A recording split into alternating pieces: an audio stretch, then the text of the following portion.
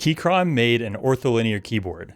I didn't see that coming, and as soon as I found out, I couldn't wait to try it, and it did not disappoint. But will it become my new daily driver? Stay tuned to find out. Full disclosure, I did not buy this keyboard with my own money. Keychron very kindly sent it to me for a review. That said, they did not have any stipulations about what I'm going to say, so everything you're going to hear is my honest opinion, positive and negative. Not too long ago, I got to try out the Keychron Q15 Max, which has a pretty unique layout that I won't go into here, but I'll link a video in the description.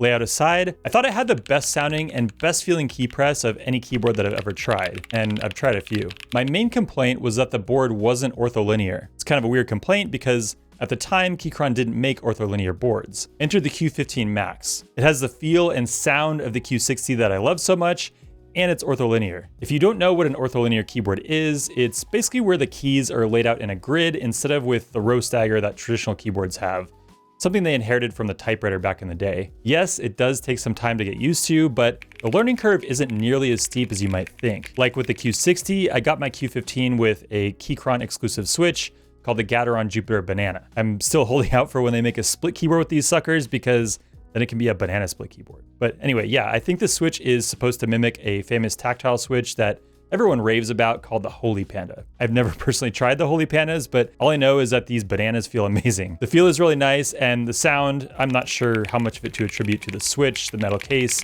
or the foam inside, but the board sounds incredible. They put so many layers of different kinds of foam in this thing.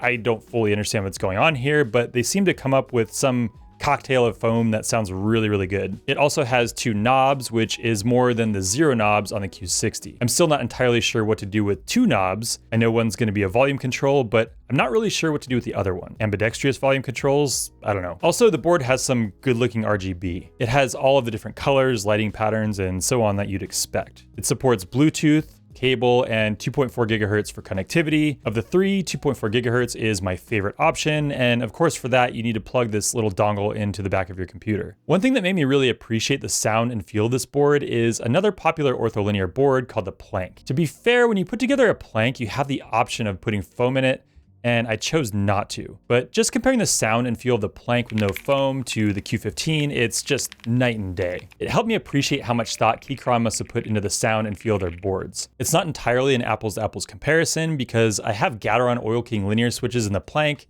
but I suspect the difference in switches is a relatively small part of the equation. Another thing I really like in comparison to the Plank is the larger spacebar keys. The Q15 has this split spacebar key, whereas the Plank is like, spacebar? What's spacebar? Basically all the keys on the bottom row are the same size as every other key. For me, that kind of made it hard to keep my bearings in terms of which keys my thumbs happen to be resting on. I do need to point out that at no point was the Plank my daily driver, so maybe that's something you get used to after a while. But I found that the bigger spacebar keys on the Q15 made it a lot easier to maintain a sense of which keys my thumbs are on. It also makes them harder to miss, which is nice if you have a destructive key like backspace immediately to the left of your space key. One interesting thing about the default layout is that I could not find a tab key anywhere. At first I thought it might be on another layer, but I couldn't find it there either. Clearly a very strategic move by developers who prefer spaces over tabs. But not a big deal because customizing your layout is pretty straightforward, and it's something that most people will probably want to do anyway. The Q15 Max does use QMK firmware, which means theoretically you can do pretty much whatever crazy things you want with the layout by reflashing the board. But I think most people can get the layout they need just by using Keychron's web-based Keychron launcher,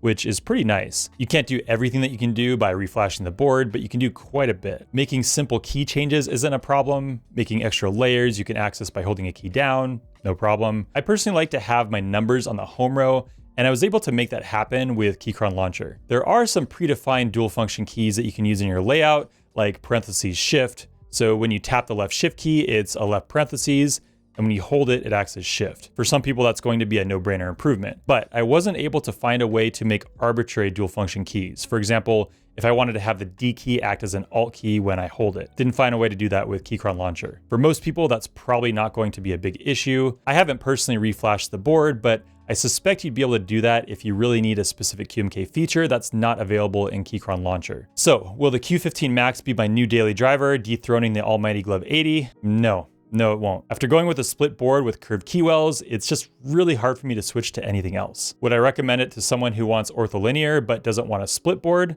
Yeah, definitely. Right now, I'm convinced that this is pretty much the best option out there. It's a really great board, and I highly recommend it if it fits your needs. So that is the Keychron Q15 Max. If you want to see more about the keyboard rabbit hole that I went down, definitely check out this video where I basically share my ortholinear / columnar keyboard journey and how I wound up where I am now. Thank you again to Keychron for sending me this board for review. Thanks for watching, and we'll see you in the next one.